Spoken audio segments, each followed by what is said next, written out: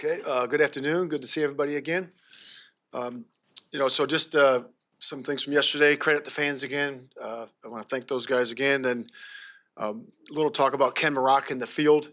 Ken Marock's our ground screw guy and does an excellent job with taking care of our fields here at Halas, but also at Soldier Field. And that thing was in great shape. It's that hybrid Bermuda grass that we talked about. We all talked about when we first got here of changing that out and making that a better surface, a faster surface. And certainly credit Ken Marock and his crew for that. But again, so I had the team meeting today with the players. We talked about our goals that we wanted to accomplish for that game, and obviously played some really good complimentary football. Had some momentum shifts a little bit, in the first half, and I thought our guys fought through that really well. And I credit the players for that, and the coaches to be able to work through that. And obviously, made some really nice plays in situational football as well on third down and fourth down. Obviously, the takeaway margin was in our favor. That's always a big part of winning, and winning the fourth quarter. And those are the two main goals that we want to accomplish every single week. And we did that yesterday, and credit to the coaches and the staff and the players for that. We obviously have a 24-hour rule, so we're approaching that pretty soon here. And the guys are understanding of that. I told them to get their mind, body, and spirit correct and right for Wednesday when we get back to work. Take a look at Cleveland coming up, this in, your day off and as they do community service. And they'll do that and check out their opponent, and that's important. Continue momentum, of the last month, 3-1 in the last month, and guys can feel that, and it's really a credit to them in terms of their practice habits and what they've been doing all along with their positive attitude and them being close and having that tight-knit group in the locker room. So with that, have an injury update. Really not much today. Ngakwe had an ankle. You guys saw that, and we'll know more on Wednesday. That's all I have for you on that. And then St. Brown is a week-to-week as we go there. And again, we're obviously facing a big, tough opponent this week. And Cleveland had a big victory yesterday, and it's going to be a big challenge for our group. So with that, open up to questions. Matt, on your guys' field goal drive in the first half, you had the 13-yard sack that ended it, where it looked like two offensive linemen and a back were all kind of blocking up the middle. You guys kicked the field goal to go up 10-0. The 13-yard sack Justin took to end the drive. What was your diagnosis of what went wrong on the offensive line on that sack? Yeah, it's just about being clean in your protections. And it's about a lot of times it's winning your one-on-ones. You got to be able to do that, and that's about technique. It's about, like we talked about last week, from fundamentals, from the floor, from the ground all the way up. And we just got to do a better job on that one. There was play toward the beginning of that drive. It was 3rd and 8. I think shadow your own goalpost. And when Fields kind of pinballs around inside the pocket and slips out the right side and runs for 19 yards, gets you the first down. His ability to maneuver in tight spaces, what impresses you the most about that? Well, the sustaining of the blocks, for the offensive line and the backs, I believe that's the one you were talking about. And, so that's the finished part of that helps him to be able to do that. So to avoid the sack. But he's done a really good job as of late of looking down the field to be able to deliver some passes down the field, which is cool. But the next dimension is what you're talking about, is the ability to escape. He's so strong, and he's got strong lowers, and he's very he's got great contact balance, as we say. Like I say a lot of times with DJ, he has that as well, and he has the ability to put it on guys, for 19 yards, or as you saw last year, even more than that. So we're excited about where he is with that in terms of the first phase of that, looking downfield to complete the passes, and then the second phase when it's not there on situational ball to be able to make it happen. After watching the tape of the game, what impressed you most about Jaquan Brisker and his 17 tackles that he has? Yeah, they said 18, but that's fine.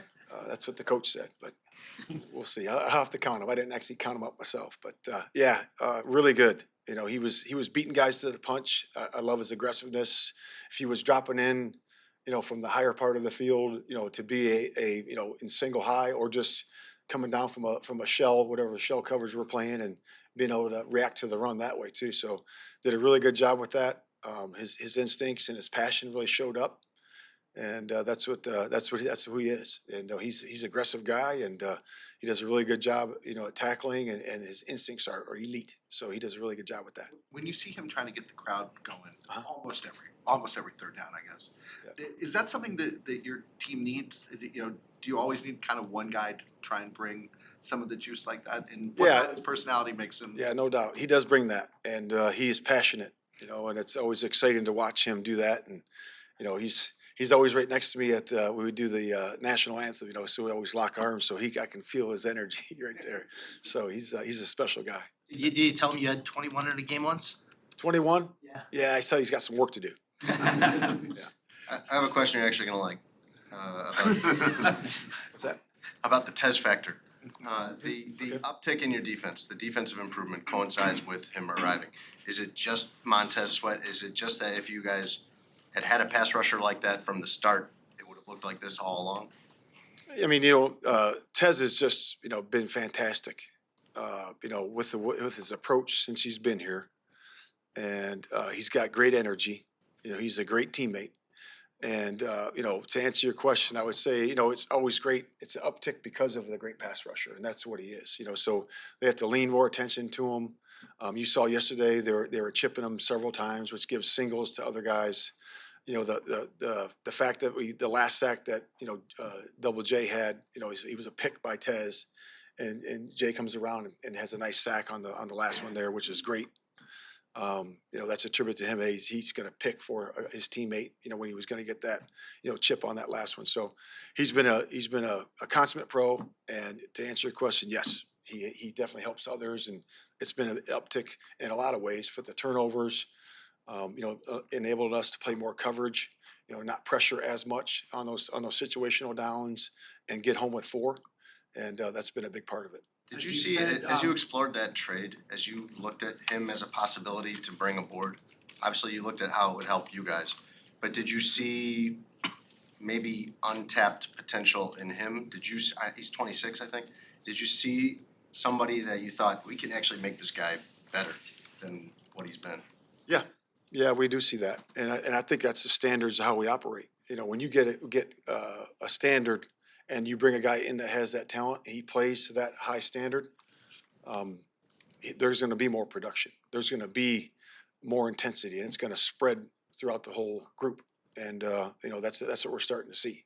You know, so you play out your practice, and he's been practicing his butt off and hustling in practice, and you know, his stamina is increasing, and he's doing a really good job with that part of it. You said 3-1 in the last month.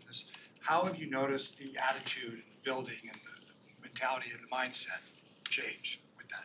Yeah, you can just feel confidence. You know, the guys have always been confident in their approach, you know, and confident in their abilities. But you can see the feeling of confidence when you actually see it, the progress, when you see it in the result.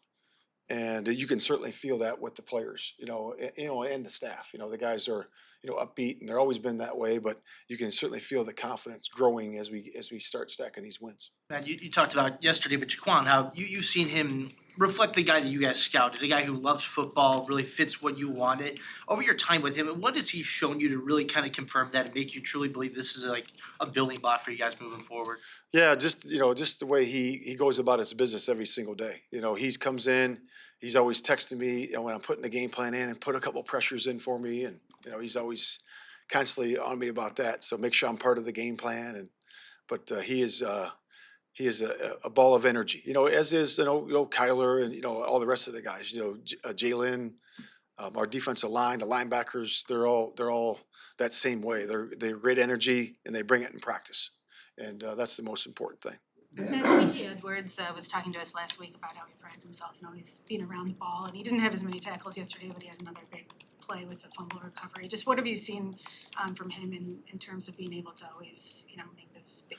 Yeah, he's been outstanding since he's been here. You know, the first thing that you recognize with him is you watch his tape. You know, when you know he's in Philly, or even when, you know, since he's been here, is the instincts. He's got great instincts for the football, and that's what you got to have as a linebacker. You got to have that, and he's able to key and diagnose and beat guys to the punch quickly, and you see that week in and week out. And you know, he's not a guy that runs 4.3. He doesn't do that. He's not super long, but he makes up with instincts. He's a football player. And that's what you want in that position, you know. So he's been great that way. He's led our group all the way through, and he's a big centerpiece to our defense for sure. Man, I don't know how much you've looked at the Browns' defense. At times, they've looked like the best defense in the league, but they've given up a lot of points lately. I'm just curious about the challenge, like for your offense. This seems like a a big challenge, but also a big opportunity for your offense where it is right now. Yeah, it is every week, right? You know, you're facing another good defense, and you know, this is no different. You know, they play the similar style to what we play. You know, they're a 4-down group, and they mix their coverages, and obviously they got a great pass rusher, and they got a lot of guys that play with great energy, and it's going to be a big challenge for our offense for sure. Because they're so good at times, but also kind of vulnerable, is there a trick to attacking? Is that a particular X and O matchup thing? I mean, is there, what's the key? Yeah, to- it could potentially be. I haven't watched a bunch of tape on it yet. I'll get after it later today, but you know, certainly that could be the key. Matt, Justin took several of those hits as he's sliding down kind of late where he doesn't get the whistle. I know this is something we've talked about many times before. What's your process like in terms of reporting that to the league or filing that to the league? And how active are you in petitioning kind of during these games, telling the refs to be on the lookout for that? Yeah, I'm very active on that. You know, I'm always in their ear about that because, you know, protecting the quarterbacks in this league is big, right? You know, those guys are the league, you know, so it's important that we do that and we continue to do that. And if you have a guy that's a runner, you know, and he slides down like that, we got to protect him, you know, and I wasn't happy about that first one and I let him know about it. And I was like, you know, it's just not the right thing to do. So we just got to make sure we take care of our quarterbacks. Any other hits in that game that you were concerned about or thought were across the line on field? On him, Yeah, specifically hits on fields? I don't think so. The first game for sure, but not this one. Sorry. There was a, Okay. The first Detroit game, you Yeah. mean, there were a bunch, and then yesterday you're talking about. that was probably the only one that I see. Maybe there was maybe one more when he pulled it, and it was, you know. But we'll see how that goes. We'll turn those in. You mentioned takeaways briefly, and you guys have 11 in the last 3 games. Everybody always says they come in bunches. Why do you think that is, and what kind of explains the fact that you've gotten 11 in 3 games? Yeah, I don't know if I agree with come in bunches. I believe it comes from hard work and your attention to detail with it. So I believe that you know, what you do in practice is what you're going to do in the game, and the guys have been doing a great job in practice, and that's why you're starting to see it in the game. And really, we need to do a better job of causing the fumbles. That number's still not where it should be, and we got to keep hustling so we can recover those. All right. All right. Have a good day, guys.